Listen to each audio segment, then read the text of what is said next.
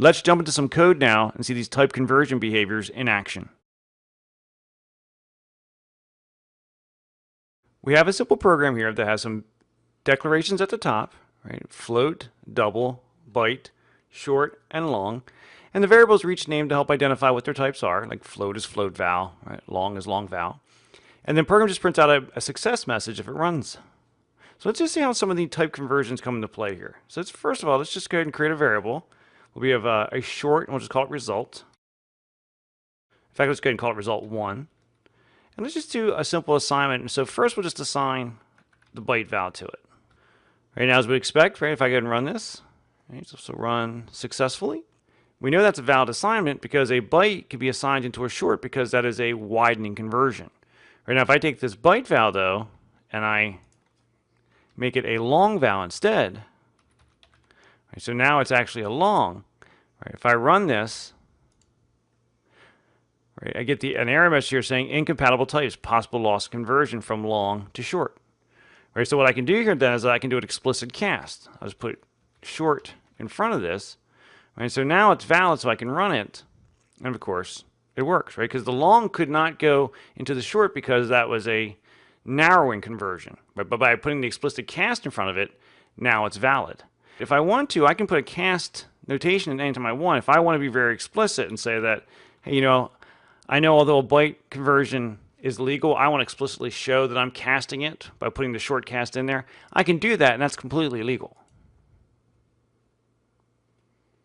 So now let's take a look at another scenario. I'm going to create another variable I'll call result2. And result2 is a short as well. And what I want to do here is I'm just going to take my byte value and I want to subtract the long value. Right now we know that's not legal because the result of the expression is going to be the size of the largest integer in it, right, which is the long, right? So if I run this, I actually get an error saying that it's not valid to convert a long to a short. But let's say I want to go ahead and keep that result to as a short. Well, I need to do a cast.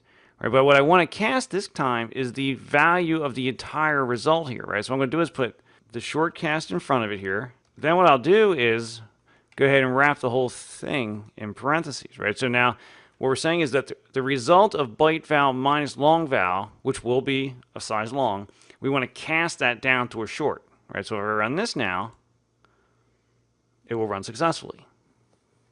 So now let's try another one. Let's go ahead and declare another one called result3, but I'll declare this one as a long.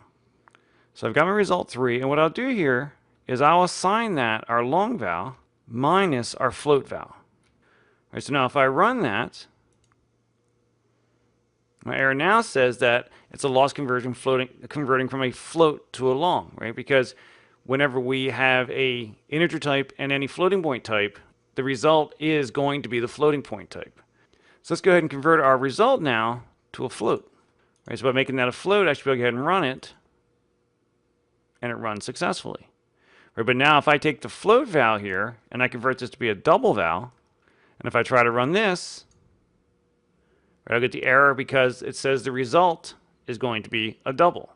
Right, because again, when you do an integer and a floating point, it's the size of the largest floating point in the equation. Right, so let's go ahead and make this result a double. So now we can run it.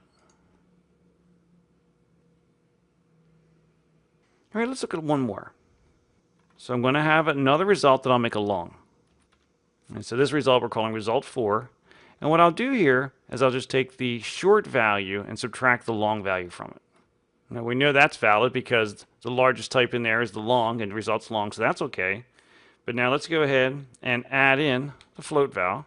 Right, so if I run it now, I'll get an error message saying, well, it doesn't know how to convert a float to a long.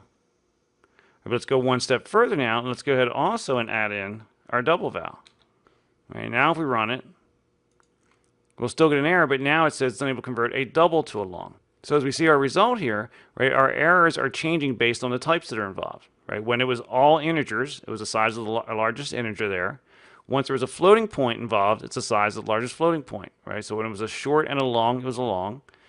Then it was a short, a long, and a float. The result became a float. And then was a short, a long, a float, and a double. The result became a double. So to run this, let's go ahead and cast this whole thing to be a long. So I'll make this a long. Again, we'll wrap the whole thing in parentheses. And now we should be able to run it just fine.